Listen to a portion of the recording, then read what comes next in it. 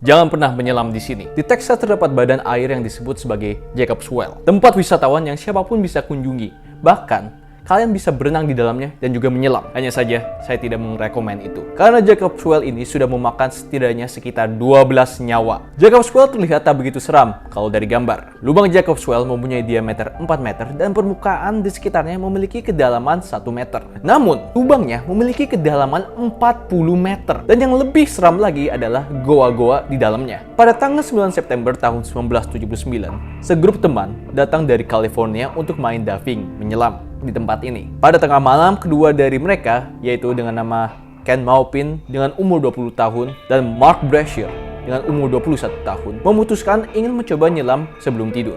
Menurut pendapatku, diving di tengah malam ke sebuah lubang dengan kedalaman 40 meter adalah ide yang sangat menyeramkan. Namun walaupun ini di tengah malam, masih banyak penyelam lain yang sedang ada di sekitar. Mereka menyelam dan memasuki gang atau gua-gua di dalam lubang Jacob's Well. Saking kecilnya goa ini, mereka harus melepaskan tabung oksigen agar bisa masuk. Jadi sambil menarik tabung oksigennya pakai tangan. Jadi mereka masuk ke gua ini dan mereka tidak pernah kembali ke permukaan. Dan lebih seramnya lagi, berminggu-minggu banyak tindakan untuk mencari badan Ken Maupin dan Mark Brashear, tapi tidak berhasil.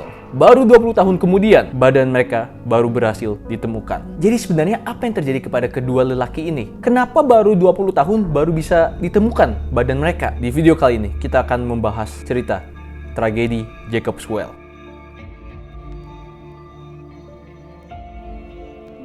Pertama, perlu kalian ketahui bahwa cave diving atau menyelam ke gua adalah olahraga atau aktivitas yang sangat-sangat bahaya. Tapi bahkan dari standar cave diving sendiri, menyelam ke dalam Jacob's Well itu lebih bahaya dari biasanya. Jadi dengan kata lain, menyelam ke dalam Jacob's Well itu lebih bahaya dari sangat bahaya. Karena aktivitas olahraganya sudah bahaya, dan menyelam ke sini sudah lebih bahaya lagi. Itu karena ketika kau menyelam ke dalam lubang Jacob's Well ini, kau harus melawan tekanan arus. Kemudian kamu harus memasuki banyak gua atau terowongan sempit. Dan hati-hati, jangan sampai ketimpa. Ketimpa apa? Ketimpa batu-batu di dalam sana. Jadi memang sangat bahaya. Tapi tantangan menghadapi maut adalah sesuatu yang beberapa orang memang incar. Dan mungkin itu yang dirasakan oleh Ken Maupin dan Mark Brashear ketika mereka menyelam ke dalam lubang Jacob's Well ini di tengah malam pada tanggal 9 September 1979.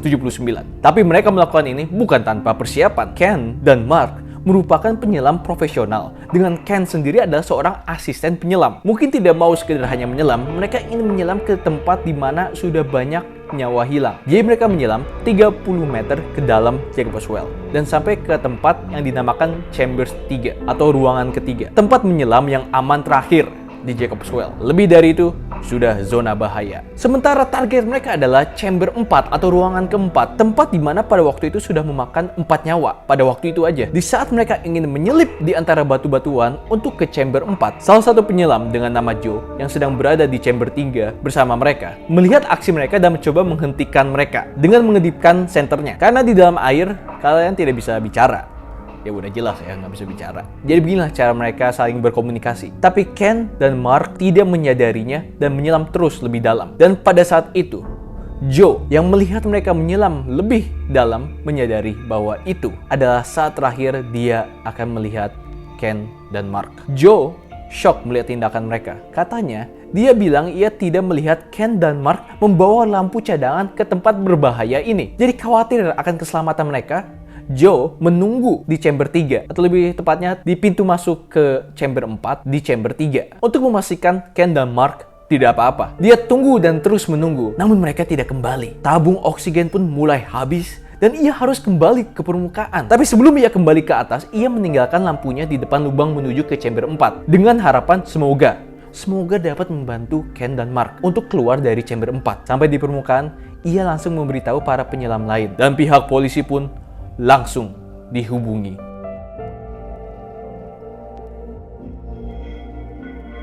Paul Battaglia adalah seorang polisi dan ia menerima panggilan misi penyelamatan Ken dan Mark. Ia pun pergi ke rumah Don Dibble, seorang mantan angkatan laut, untuk membantunya dalam misi ini. Mereka berdiskusi dan merancang sebuah rencana untuk misi penyelamatan ini. Tapi mereka tahu, walaupun mereka membilangnya misi penyelamatan, ini sudah menjadi misi pencarian badan korban. Mereka mempersiapkan rencana, memanggil bantuan orang-orang lain, dan menuju ke Jacob's Well. Mereka sampai di Jacob's Well sekitar 1-2 jam setelah panggilan didapatkan. Para penyelam yang saat itu di lokasi masih mencoba untuk mencari Ken dan Mark, tapi tidak berhasil. Namun salah satu dari mereka tahu pasti bahwa Ken dan Mark terperangkap di chamber 4 karena ia menemukan peralatan menyelam di lubang menuju ke chamber 4. Setelah mendengar ini, Don Tibble pun turun sendiri untuk mencoba menyelamatkan Ken dan Mark, atau setidaknya menemukan mereka. Tapi menyelam di sini saja sudah sangat bahaya, apalagi menyelam untuk menyelamatkan orang. Jadi pada malam itu bukan hanya nyawa Ken dan Mark yang terancam,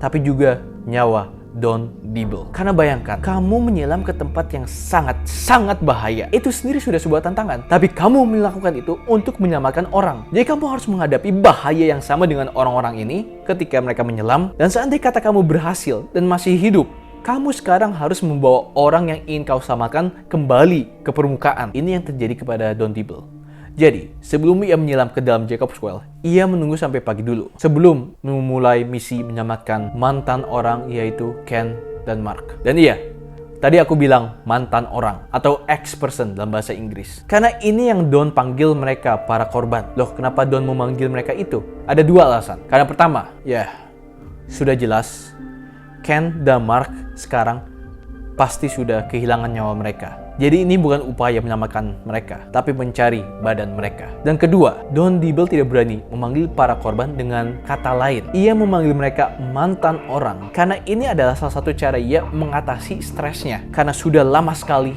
melakukan ini. Di pagi hari, setelah mengirim beberapa orang untuk melihat keadaan dan laporan goa-goa di dalam lubang Jacob's Well ini, Don Tibble menyelam ke kedalaman 40 meter. Ia sampai di lubang yang menuju dari chamber 3 ke chamber 4. Ia mencoba memasuki dengan pelan-pelan. Namun tiba-tiba, kerikil berjatuhan di sekeliling Don dan ia pun tersangkut. Kaki dan tangannya tak bisa bergerak.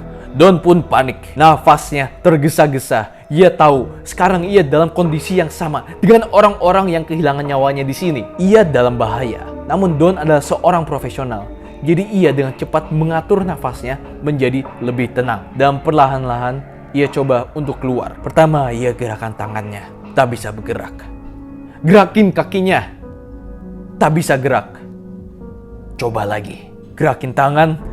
Tak bisa gerak. Gerakin kaki. Tak bisa gerak. Coba lagi. Hasilnya tapi sama saja. Don yang tadi tenang mulai panik. Gerakannya menjadi lebih agresif dan ia menghirup banyak sekali udara dari tabung oksigennya. Dan setelah bertarung dengan susah payah, ia berhasil membebaskan dirinya. Namun sekarang ada masalah lain. Dalam upaya membebaskan dirinya, Don menghirup terlalu banyak udara.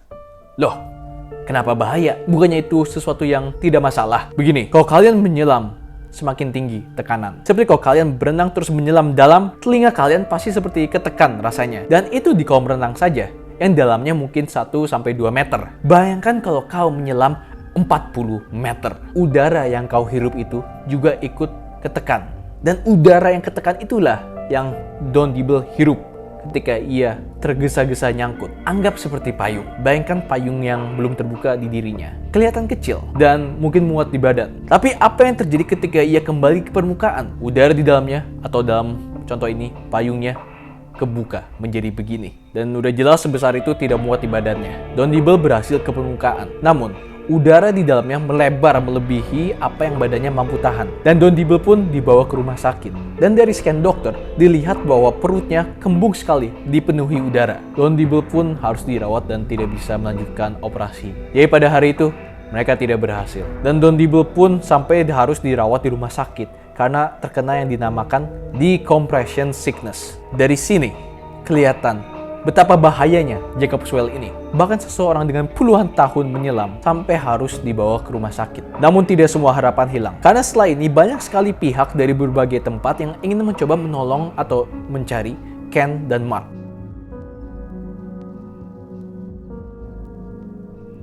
Ada yang dari penyelam lain, ada yang dari pemerintah, ada yang dari mantan pengurus Jacob's Well, dan bahkan juga ada dari perusahaan. Ayah dari Ken melihat banyak sekali orang yang ingin menolong mencari anaknya, merasa sangat terharu. Tapi banyak orang dari berbagai pihak berbeda juga menimbulkan banyak opini yang berbeda. Dan mereka semua punya agenda masing-masing. Tapi setelah berbagai bicara dan politik, pihak dari perusahaan Skyver Diving ditugaskan untuk mencari Ken dan Mark. Dan mereka melakukan ini dengan cara menyedot keluar kerikil-kerikil dari Jacob's Well dengan mesin sehingga aman untuk para penyelam. Sebuah rencana yang diduga hanya akan memerlukan waktu beberapa hari, tapi ternyata memakan waktu berminggu-minggu.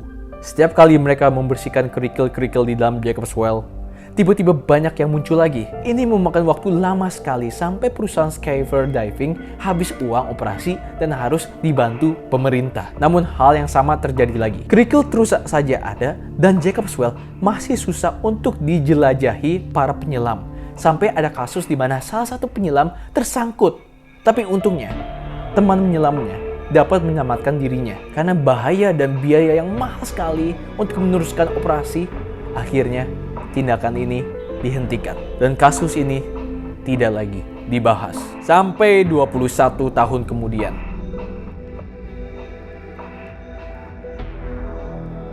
Di mana kondisi Jacob's Well sudah tidak bahaya. Kenapa sudah tidak bahaya? Singkat kata, ketinggian airnya sudah menurun dan tekanan sudah tak separah sebelumnya. Di waktu inilah badan Ken dan Mark ditemukan oleh sekelompok geologis. Dan itulah kisah tragedi Jacob's Well dan kenapa memerlukan 21 tahun. Misalkan kalian ada pertanyaan atau mungkin ada hal yang kalian ingin tambah, yang kalian ketahui, silakan komen di bawah. Itu untuk cerita kali ini. Sampai jumpa di cerita selanjutnya.